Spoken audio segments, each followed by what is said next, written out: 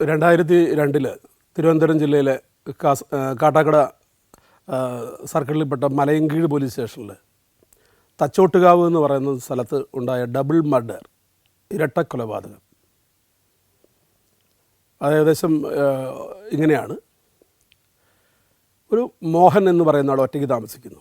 അയാൾ വിളിപ്പേര് ആട്ടോ മോഹൻ. ഈ ആട്ടോ മോഹൻ വിവാഹമൊന്നും കഴിച്ചിട്ടില്ല. ഒരു കുറേ കോഴികളും നായ്ക്കളും അങ്ങനെയൊക്കെയായി അങ്ങനെ ഒരു ഫാം ഹൗസ് നടത്തുകയാണ്. റോഡ് സൈഡിൽ തന്നെയാണ്, ബസ് റോഡിൻ്റെയൊക്കെ സൈഡിൽ തന്നെയാണ്.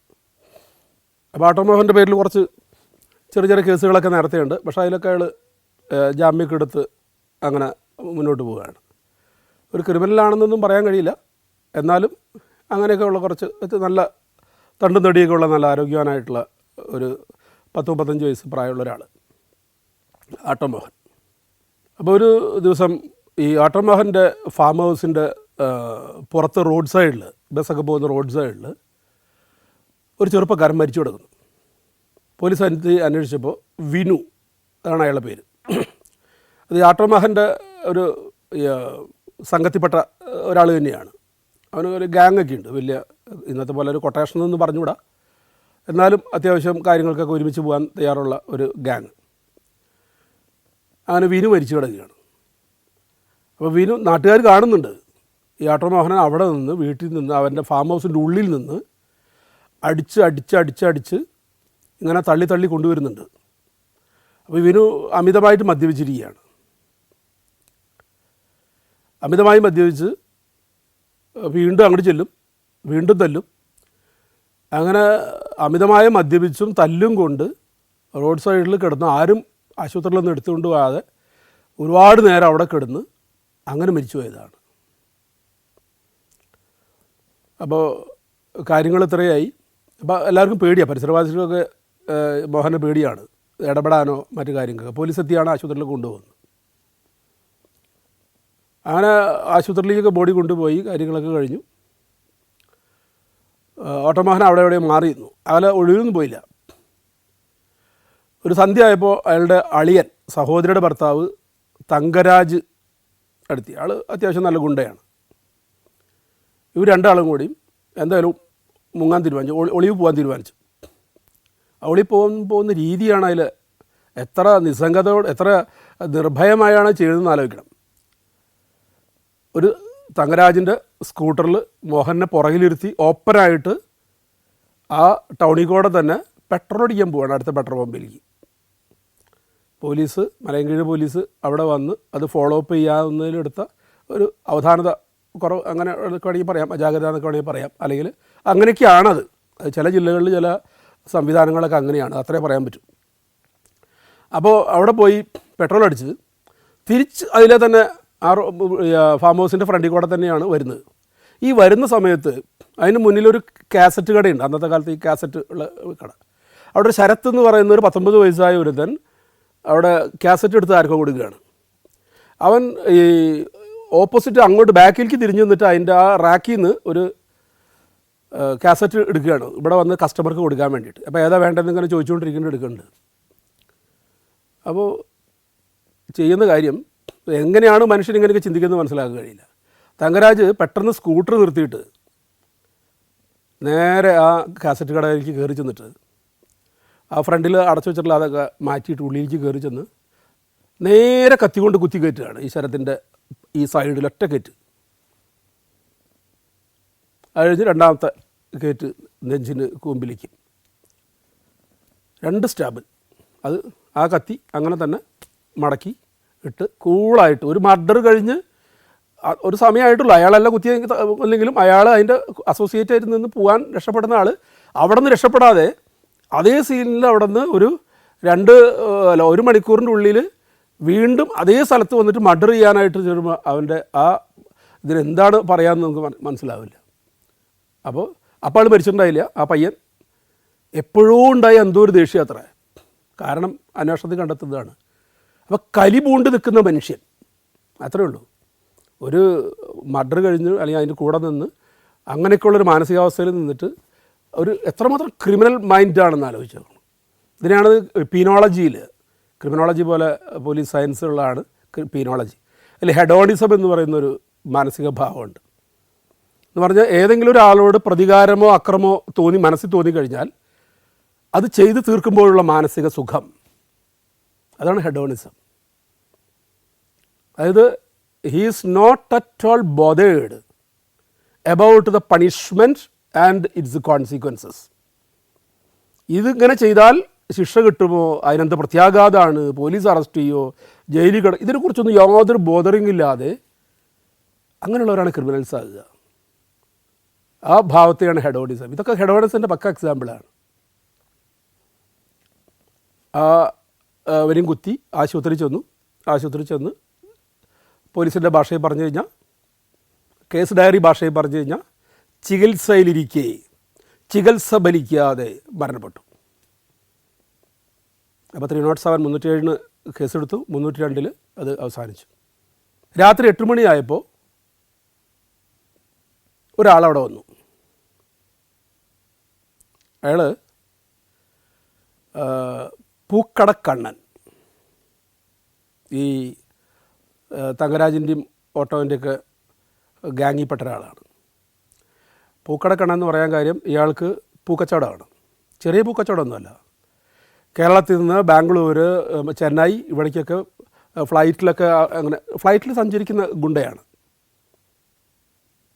അയാൾ ഉച്ചയോടുകൂടി ഇവിടെ എന്തോ വലിയ സംഭവം ഉണ്ടെന്ന് അറിഞ്ഞിട്ട് നേരെ ബാംഗ്ലൂരിൽ നിന്ന് ഫ്ലൈറ്റിൽ വന്നിട്ട് സംഭവ സ്ഥലത്ത് വന്നിരിക്കുകയാണ്. സംഭവ സ്ഥലത്ത് വന്നപ്പോൾ ഇയാളെ കണ്ടാത്ര വലിയ ആർക്കും അറിയില്ല. അവിടെ അപ്പോൾ പോലീസുകാരെ ഡ്യൂട്ടിക്ക് ഇട്ടിട്ടുണ്ട്. അത് ഈ എയർ ക്യാമ്പിലെ പോലീസുകാർ ഇട്ടിരിക്കുന്നത് അധികവും. അപ്പോൾ ഒരാൾ വന്ന് അവിടെ ഇങ്ങനെ മദ്യപിച്ചിട്ട് ഇങ്ങനെ ആടിയൊക്കെ നിന്നിട്ട് എന്താ ഏതാന്നൊക്കെ ചോദിച്ചുകൊണ്ടിരിക്കുന്നുണ്ട്. ആ പോലീസുകാർ ചോദിച്ചു, പോ സ്ഥലം പോ, ഇതൊക്കെ മാസ്റ്ററൊക്കെ എഴുതി വെച്ചിട്ടുള്ള സ്ഥലമാണ്, ഇവിടെ നിൽക്കാൻ പറ്റില്ല. ഇത് നേരെ പോലീസുകാരെ മെക്കെട്ട് കയറാൻ വന്നു. അവരെ ബഹളം വയ്ക്കാൻ വന്നു. പോലീസിനെ പിടിച്ച് തള്ളി. അവർക്ക് ഇയാൾ ഇങ്ങനെ ഇൻ്റർനാഷണൽ ഗുണ്ടയാണെന്നൊന്നും അറിയാൻ പാടില്ലാത്തതുകൊണ്ട് അവർ ചെറുപ്പക്കാർ പോലീസുകാർ കൃത്യമായിട്ട് 4 അടിയും കൊടുത്ത് വണ്ടി വിളിച്ച് പോലീസ് ജീപ്പ് കൊണ്ട് സ്റ്റേഷനിൽ കൊണ്ടിട്ട് ലോക്കപ്പിൽ കൊണ്ടിട്ടു. അത് കഴിഞ്ഞ് ഇതൊന്ന് ചേർത്ത് വായിക്കുന്ന ഒരു സംഭവം എന്ന് മാത്രമേ ഞാൻ പറയാനുള്ളൂ. കാരണം ഇതായിട്ട് നേരിട്ട് ബന്ധമുള്ളതെന്നല്ല കാര്യങ്ങളല്ല. രാത്രി ഒരു 12 മണിയൊക്കെ ആയപ്പോൾ ഒരു സംസ്ഥാന നേതാവ്, ഇന്ന് അദ്ദേഹം കേന്ദ്ര നേതാവാണ്, എന്നെ ഫോണിൽ വിളിച്ചു. ഈ പൂക്കടക്കണ്ണനെ നിങ്ങൾ അറസ്റ്റ് ചെയ്തിട്ടുണ്ടോ? അയാൾ നമ്മളൊക്കെ വേണ്ടപ്പെട്ട ഒരാളാണ്. അപ്പോൾ ഞാൻ പറഞ്ഞു, ഇല്ലല്ലോ, അങ്ങനെ ഒരാളെ അറസ്റ്റ് ചെയ്തിട്ടില്ലല്ലോ. അല്ലല്ലോ, ഒരു പോലീസുകാരൊക്കെ ആയിട്ട് എന്തോ പറഞ്ഞെന്ന്. അപ്പോൾ ഞാൻ നേരെ പോലീസ് സ്റ്റേഷനിൽ ചെന്ന് ലോക്കപ്പിൽ ചെന്ന് സ്റ്റേഷനിൽ നിന്ന് ചോദിച്ചു, ഇവിടെ ഇങ്ങനെ ഒരാൾ അറസ്റ്റ് ചെയ്തിട്ടുണ്ട്. അങ്ങനെ ആൾ അറസ്റ്റ് ചെയ്തിട്ടില്ല. പിന്നെ ആരെ അറസ്റ്റ് ചെയ്തിട്ടുള്ളത്? അതല്ല, വേറൊരു സുനിൽ എന്ന് പറഞ്ഞൊരാൾ ഈ ലോക്കപ്പിൽ കിടക്കുന്നത് സുനിലാണ്. അയാൾ എന്താ ചെയ്തത്? അയാൾ അവിടെ വന്നിട്ട് വെറുതെ പോലീസുകാരെ എടുത്ത് തല്ലുവിടാൻ വന്ന് പോലീസുകാരെ എണ്ണം കൊടുത്ത് അവിടെ ഇട്ടിട്ടുണ്ട്. സുനിൽ എന്നാണ് അയാളുടെ പേര് ചോദിച്ചു. അപ്പോൾ അവൻ കിടന്ന് ഉറങ്ങുകയാണ് ലോക്കപ്പിൽ കിടന്നിട്ട്. അവർ ചെറിയൊരു സൈക്കോളജിക്കൽ എടുത്തു. വെറുതെ ലോക്കപ്പിൻ്റെ സൈഡിൽ നിന്നിട്ട് പതുക്കെ വിളിച്ചു, എടാ കണ്ണാ വിളിച്ചു. ആ തല പോക്കി. നീയാണോ പൂക്കടക്കണ്ണൻ? അതെ സാർ. ആ പേര് മാറ്റി പറഞ്ഞതാ, പോലീസുകാരെ പറ്റിച്ചതാ. അവൻ റൗഡി ഹിസ്റ്ററി ഷീറ്റിലൊക്കെ ഉള്ള ആളാണ്. പിന്നെ ഒരുപാട് കേസുകളിൽ പ്രതിയാണ്. പക്ഷെ ഒറ്റ കേസുകൾ പെൻഡിങ് ഒന്നുമില്ല, സമൻസോ വാറണ്ടൊന്നും അവൻ്റെ പേരിലില്ല. അപ്പോൾ പോലീസുകാരെ ഉപദ്രവിച്ചതിന് ഒക്കെ പറഞ്ഞൊരു കേസൊക്കെ എടുത്തു. 353 ഒക്കെ വെച്ച് കേസെടുത്ത് അതങ്ങനെ നിൽക്കും. പിറ്റേ ദിവസം അവന് വിടണം. വിട്ട് കഴിഞ്ഞാൽ വീണ്ടും അവിടെ ഗുണ്ടാ ആക്രമണങ്ങൾ പരസ്പരം ഉണ്ടാവും. അപ്പോൾ എസ് പിയോട് സംസാരിച്ച് പറഞ്ഞു, വേറെ എന്തെങ്കിലും ഒരു പ്രിവെൻറ്റീവ് ആക്ഷൻ അയാളെ പേരിൽ എടുക്കണം. എന്തെടുക്കാൻ പറ്റുകയെന്ന് ചോദിച്ചു. അപ്പം സാറ് CRPCയിലൊരു വകുപ്പുണ്ട് 110E 110E, അത് വെച്ചെടുത്ത ഒരു 3 കൊല്ലത്തേക്ക് നല്ല നടപ്പും ഒക്കെ കിട്ടും. നമുക്ക് അത്യാവശ്യം അതിൻ്റെ കൂടെ ഇത് വെച്ച് നേരെ കൊടുക്കാം. പക്ഷേ അതിന് ഒരു കാര്യമുണ്ട് സാർ, അത് ഒരു RDO അല്ലെങ്കിൽ കളക്ടർ അവരുടെ മുന്നിൽ ഹാജരാക്കുക, എന്നിട്ട് വലിയൊരു തുകയ്ക്ക് ബോണ്ട് എക്സിക്യൂട്ട് ചെയ്യാൻ അവരോട് പറയാം. ആ ബോണ്ട് എക്സിക്യൂട്ട് ചെയ്യാനായിട്ട് പെട്ടെന്ന് പറയുമ്പോൾ കാശില്ല എന്നുണ്ടെങ്കിൽ അയാളെ നമുക്ക് അട്ടക്കുളങ്ങര സബ് ജയിലിലേക്ക് വിടാം. അപ്പോൾ കുറച്ച് ദിവസം അവിടെ കിടന്ന് പിന്നെ അപ്പോഴേക്കും നമുക്ക് വേറെ എന്തെങ്കിലും ഇയാളുടെ പേരിൽ കേസുണ്ടോ മറ്റു കാര്യങ്ങളൊക്കെ ഉണ്ടോ എന്ന് ചോദിച്ചാൽ കുറച്ച് ദിവസം അവിടെ കിടന്നോളൂ സാർ എന്ന് പറയും. ഓ വെരി ഗുഡ്. അങ്ങനെ ഇയാളുടെ പേരിലുള്ള കംപ്ലീറ്റ് സ്റ്റേഷൻ ലിമിറ്റിലുള്ള മറ്റേ ജില്ലയിലുള്ള മൊത്തം കേസുകളിലൊക്കെ ലിസ്റ്റ് എടുത്തു. എത്ര കേസിലെ പ്രതിയാണ്, അയാളെ സ്വതന്ത്രമായി വിഹരിക്കാൻ വിടുന്ന പക്ഷം സമൂഹത്തിന് ഒരുപാട് അപകടകരമാണ് എന്നുള്ള രീതിയിലൊക്കെ റിപ്പോർട്ട് എഴുതി. ഒരു വെളുപ്പാങ്കാലമായപ്പോഴേക്കും കളക്ടർ SP വിളിച്ച് പറഞ്ഞിട്ടുണ്ടായിരുന്നു, അയ്യപ്പൻ സാറായിരുന്നു IAS. കളക്ടർ വീട്ടിൽ ഞാൻ തന്നെ അവിടെ അദ്ദേഹത്തെ കൊണ്ടു ചെന്നു. കളക്ടർ കാര്യങ്ങളൊക്കെ എഴുതിയെടുത്തിട്ട് പറഞ്ഞു 3 ലക്ഷം രൂപയുടെ ബോണ്ട് ഉണ്ടെങ്കിൽ നിങ്ങൾക്ക് ജാമ്യത്തിൽ പോകാം, തരാം ആളുടെ വെച്ചു. അപ്പോൾ തീരെ അപ്രതീക്ഷിതമാണ്. നമ്മൾ കളക്ടറേറ്റ് കൊണ്ടുപോകുന്നോ ഇതൊന്നും കണ്ണൻ പ്രതീക്ഷിക്കുന്നില്ല, കണ്ണൻ്റെ കൂട്ടാളികളും പ്രതീക്ഷിക്കുന്നില്ല. നാളെ കോടതിയിൽ ഹാജരാക്കുന്നുള്ളതാണ് നമ്മൾ കൊടുത്ത മെസ്സേജ്. കാശില്ല എന്ന് പറഞ്ഞപ്പോൾ നേരെ റിമാൻഡ് ചെയ്ത് ജയിലിൽ പോയി. അതിൻ്റെ രണ്ടാം ഭാഗമാണ് അതിനകത്ത് ഒരു കോയിൻസിഡൻസ് പോലെ വരുന്ന കാര്യം. പിറ്റേ ദിവസം അപ്പോൾ അന്ന് അയ്യപ്പ സാറിൻ്റെ കയ്യിൽ അവിടെ എഴുതാൻ ക്ലർക്കോ മറ്റു കാര്യങ്ങളൊന്നും ഇല്ലാത്തതുകൊണ്ട് കൂടുതൽ എഴുത്തുകളൊന്നും നടത്തിയിട്ടുണ്ടായിരുന്നില്ല. പിറ്റേ ദിവസം അതിൻ്റെ ഫർദറായിട്ട് ഇത് വന്നപ്പോൾ ഒരു 0 കുറഞ്ഞു. 30,000 രൂപയുടെ ബോണ്ടിൽ അയാൾ ജയിലിൽ നിന്ന് പറഞ്ഞു വിട്ടു. 3 ലക്ഷം 30,000 ആയി. 30,000 കാണാനൊരു ഫ്ലൈറ്റിൻ്റെ അവനൊരു കമ്പനി കൂടാനുള്ള പൈസ പോലും ഇല്ല. പിറ്റേ ദിവസം അവന് ഇഷ്ടംപോലെ സമയം ഉണ്ടാകും അതിനകത്ത്. അന്ന് വൈകുന്നേരം ആയപ്പോഴേക്കും അയ്യപ്പ സാറിന് ആ കളക്ടർ സാറിന് ട്രാൻസ്ഫർ, അതും തമ്മിൽ ആ ഒരു ബന്ധമുണ്ടെന്ന് ഞാൻ വിശ്വസിക്കുന്നില്ല, ട്രാൻസ്ഫർ ആകുകയും ചെയ്തു. അപ്പോൾ ഈ ഗുണ്ടാ നിയമവും കാര്യങ്ങളൊക്കെ കേരളത്തിൽ വരുമ്പോഴും ആ നിയമം നടപ്പിലാക്കുന്നതിന് ഉള്ള ഒരു പ്രായോഗിക ബുദ്ധിമുട്ടുകൾ സൂചിപ്പിച്ചു എന്ന് മാത്രമേ അതിൻ്റെ കൂട്ടത്തിൽ. എന്തായാലും ഓട്ടോമോഹൻ്റെയും ഈ തങ്കരാജിനെയും അവർ ഒളിവിൽ പോയി. ഒരു 1-2 കൊല്ലത്തേക്കൊന്നും യാതൊരു വിവരവുമില്ല. പിന്നെ പോലീസ് പോയി, പ്രതാപൻ്റെ ടീം പോയി, തമിഴ്നാട്ടിൽ പോയി. അവിടെ ഒരു വീട്ടിൽ ഉണ്ടെന്നുള്ള ചേരിയിൽ, കടപ്പുറത്തെ ചേരിയാണ്, ആ ചേരിയിൽ ഈ ഓട്ടോമോഹൻ ഉണ്ടെന്ന് അറിഞ്ഞ് അവിടെ ചെന്ന്. അപ്പോൾ അവൻ്റെ അവൻ്റെ സ്വീറ്റ് ഹാർട്ട് പോലെ ഒരു പെണ്ണ്, ആ പെണ്ണിൻ്റെ വീട്ടിലായിരുന്നു ഉണ്ടായിരുന്നത്. അതിൻ്റെ കൂടെ അവൻ്റെ പ്രായമുള്ള മകളും കൂടി കിടക്കുന്നുണ്ട്. അവിടെ ചെന്ന് അത്യാവശ്യം പോലീസ് പോയിട്ടുണ്ടായിരുന്നു. മൂക്കും വായും പൊത്തിപ്പിടിച്ച് കടപ്പുറത്തുനിന്ന് ഈ ഡെഡ് ബോഡി കൊണ്ടുവരുന്ന പോലെ കൊണ്ടുവന്ന് ജീപ്പിലിട്ട്, അല്ലെങ്കിൽ അവിടെ നിന്ന് ഇങ്ങോട്ട് പോരാൻ പറ്റില്ല. അങ്ങനത്തെ ഒരു കടപ്പുറമാണത്. ആ പോലീസിൻ്റെയൊക്കെ ചില ആക്ഷൻ സമയത്ത് ചില ഔചിത്യബോധങ്ങളും ധൈര്യവും ഏറ്റവും ആവശ്യം അതാണ്. ഭീരുക്കൾ പോലീസിൽ പാടില്ല എന്ന് കേരള പോലീസ് ആക്ടിൽ പറയുന്നുണ്ട്. നോ കവേഡീസ്, ഭീരുത്വം പാടില്ല എന്ന്. പക്ഷെ പല സ്ഥലത്ത് കാണുന്നത് പലപ്പോഴും പല രീതിയിലാണെന്ന് മാത്രം. എന്തായാലും അങ്ങനെ ഒരു ആക്ഷനോട് കൂടി അയാൾ അവിടെ നിന്ന് ഓട്ടോമോഹനോടെ കൊണ്ടുവന്ന് റിമാൻഡ് ചെയ്തു. തങ്കരാജിനും പിന്നീട് അറസ്റ്റ് ചെയ്തു. അത് കഴിഞ്ഞ് കുറച്ച് ദിവസം ജയിലിൽ കിടന്നു. വീണ്ടും അവർ ജയിലിൽ നിന്ന് ജാമ്യത്തിലിറങ്ങി. വിചാരണ 15-18 കൊല്ലമായിട്ട് വിചാരണ തുടങ്ങിയിട്ടുണ്ടായിരുന്നില്ല. കഴിഞ്ഞിട്ട് വിചാരണ ഈ കഴിഞ്ഞ കോവിഡ് സമയത്ത് വിചാരണ തുടങ്ങി. എനിക്കിവിടുന്ന് അവിടെ പോകാനുള്ള സാഹചര്യം ഇല്ല. അവിടെ ഉള്ള പോലീസ് ഓഫീസേഴ്സിനെ വെച്ചിട്ട് ഇത് നടത്തി. No one has the interest, ആർക്കും താല്പര്യമില്ല ആ കേസ് കൊണ്ട് മുന്നോട്ട് കൊണ്ടുപോകാനായിട്ട്. എല്ലാ സാക്ഷികളും കൂറുമാറി. ആ 2 പ്രതികൾ സുഖമായിട്ട് വീണ്ടും ഹെഡോണിസം ചിന്താഗതിയുമായിട്ട് സംഭവത്തിൽ ഇറങ്ങി നടക്കുന്നു. Germany, Poland, Bosnia and Herzegovina, Kyrgyzstan. സഞ്ചാരം വോള്യം നമ്പർ 19 ഫുൾ HD-യിലുള്ള ഈ അപൂർവ ദൃശ്യയാത്രാ വിവരണ ശേഖരം സ്വന്തമാക്കാൻ സഞ്ചാരം എന്ന് SMS ചെയ്യൂ. ഫോൺ 9995444222. തിരുവനന്തപുരം ജില്ലയിലെ കാട്ടാക്കടയിൽ 2002 നടന്ന ഒരു സംഭവം. അതിൽ പോലീസ് ചേർന്നതിന് ശേഷം ഒരു കാര്യത്തിലൊരു വ്യക്തത കിട്ടണമെന്ന് തോന്നി. ബ്രഹ്മശാപം എന്നുള്ളത് സത്യമാണോ അല്ലേ എന്നൊക്കെയുള്ള രീതിയിലുള്ള ഒരു സംഭവമാണ്. അതൊരു സജു, അയാളൊരു കേസിൽ, ഒരുപാട് കേസുകളിൽ പ്രതിയാണ്. അബ്കാരി കേസുകളുണ്ട്, പോലീസിനെ ആക്രമിച്ച കേസിലെ പ്രതിയാണ്. അയാളുടെ പേരിൽ ഒരുപാട് വാറണ്ട് ഉണ്ട്. പക്ഷേ അയാളെ അറസ്റ്റ് ചെയ്യാൻ കഴിയുന്നില്ല. പിന്നെ അയാൾ എന്തെങ്കിലുമൊക്കെ കുറ്റകൃത്യങ്ങൾ ചെയ്തുകൊണ്ടിരിക്കും. അയാളൊരു പ്രത്യേക നിക്നെയിമിലാണ് അയാൾ അറിയപ്പെടുക. അപ്പോൾ പല പ്രാവശ്യം ഇയാളുടെ വീട്ടിൽ പോലീസ് ചെല്ലുമ്പോൾ അയലൊക്കത്തൊക്കെ ചോദിക്കുമ്പോൾ അയാളിവിടെ കാണാറുണ്ട് സാറേ, അയാളവിടെ ഒക്കെ അയാളെ അമ്മയും ഒക്കെ അവിടെ ഉള്ളതാണല്ലോ, അയാളവിടെ ഉണ്ട്. അപ്പോൾ പോലീസ് പല സമയത്തായിട്ട് പോവും.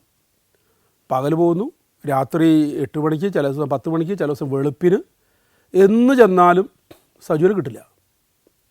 പിറ്റേ ദിവസം നമ്മൾ കാലത്ത് ചെല്ലുമ്പോൾ പറയും സജു കാലത്ത് ഇതിലേ ഇങ്ങനെ സ്കൂട്ടർ ഓടിച്ച് പോകണ്ടായിരുന്നല്ലോ. അപ്പോൾ നമുക്കതൊരു വെല്ലുവിളിയായി. കാരണം വീണ്ടും കേസിൽ പ്രതിയാവുകയാണ്, വീണ്ടും ആളുകൾ ആക്രമിക്കുകയാണ്. അങ്ങനെ നമ്മൾ അവിടെ ഒരാളെ ചട്ടം കെട്ടി, ലോക്കലായിട്ടുള്ള ഒരാളെ തന്നെ ചട്ടം കെട്ടി. അവനെപ്പോൾ അവിടെ വരുന്നു എന്ന് അറിഞ്ഞു കഴിഞ്ഞാൽ രഹസ്യമായിട്ടൊന്ന് അറിയിക്കാൻ പറഞ്ഞു.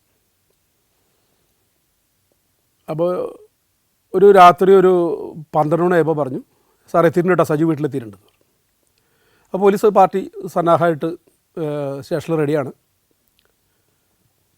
എല്ലാവരും പെട്ടെന്ന് അകലെ ഈ പറഞ്ഞ പോലെ ജീപ്പൊക്കെ ഒരുപാട് അകലെ നിർത്തി. ഈ ടോർച്ചൊക്കെ ഈ ഇതിൻ്റെ പാൻസിൻ്റെ ബാക്കിലൂടെ അടിച്ച് പതുക്കെ ശബ്ദം ഉണ്ടാക്കാതെ പെട്ടെന്ന് വീട് വന്ന് വളഞ്ഞു. വീട് വളഞ്ഞ് സജു എന്ന് വിളിച്ചു. പെട്ടെന്ന് ആ എന്നകത്ത് വിളി കേട്ടു. സജു, നീ വേറെ അഭ്യാസത്തിൽ നിൽക്കരുത്,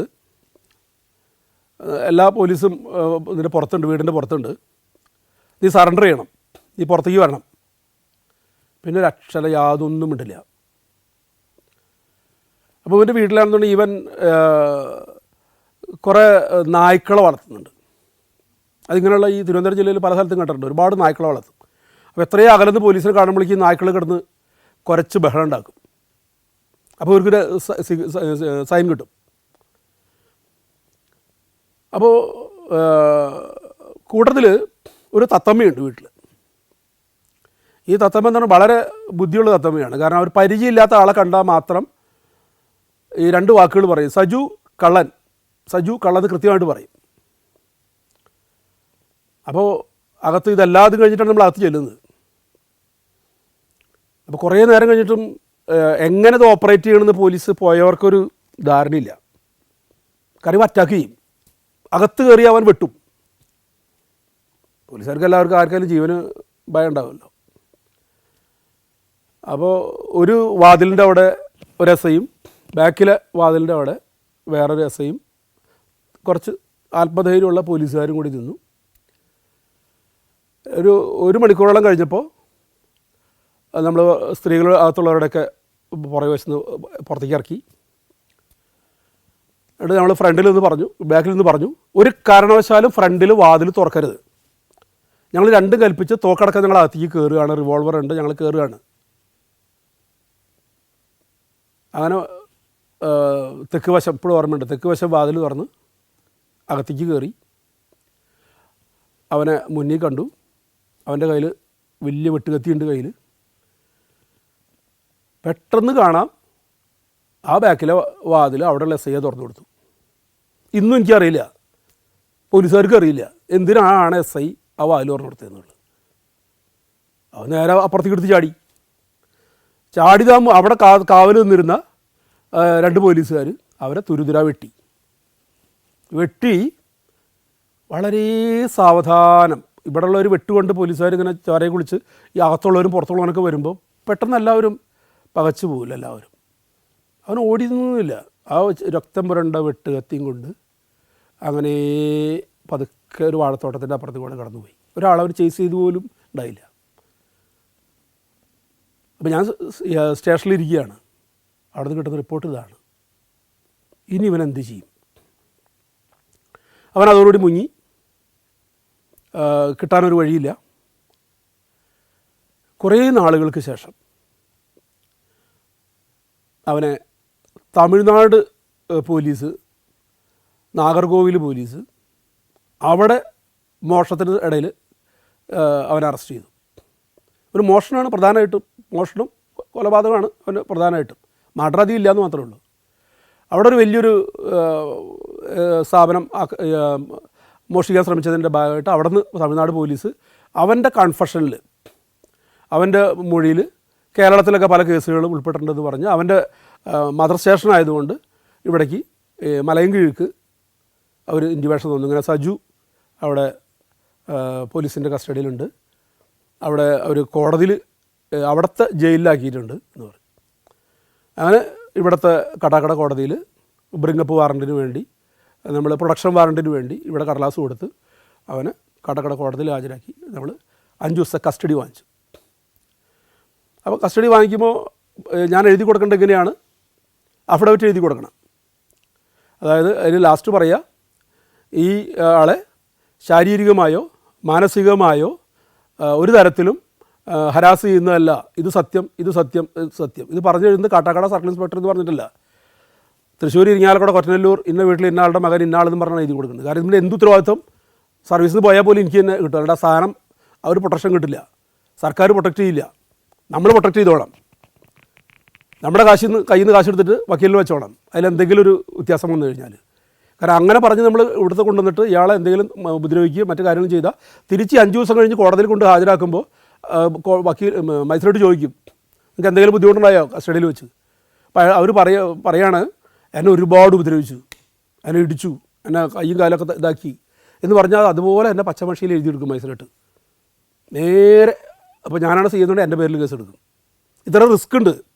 ഒരു ആളെ പോലീസ് കസ്റ്റഡിയിൽ വിട്ടു എന്ന് പറയുമ്പോൾ ഒരു പോലീസ് ഓഫീസർക്ക് അത്രയും റിസ്ക് ഉണ്ടെന്ന് മനസ്സിലാക്കുക. അപ്പം പറഞ്ഞു, എനിക്കൊരു കഥ പറയാനുണ്ട്, ഒരു കാര്യം പറയാനുണ്ട് സാറേ.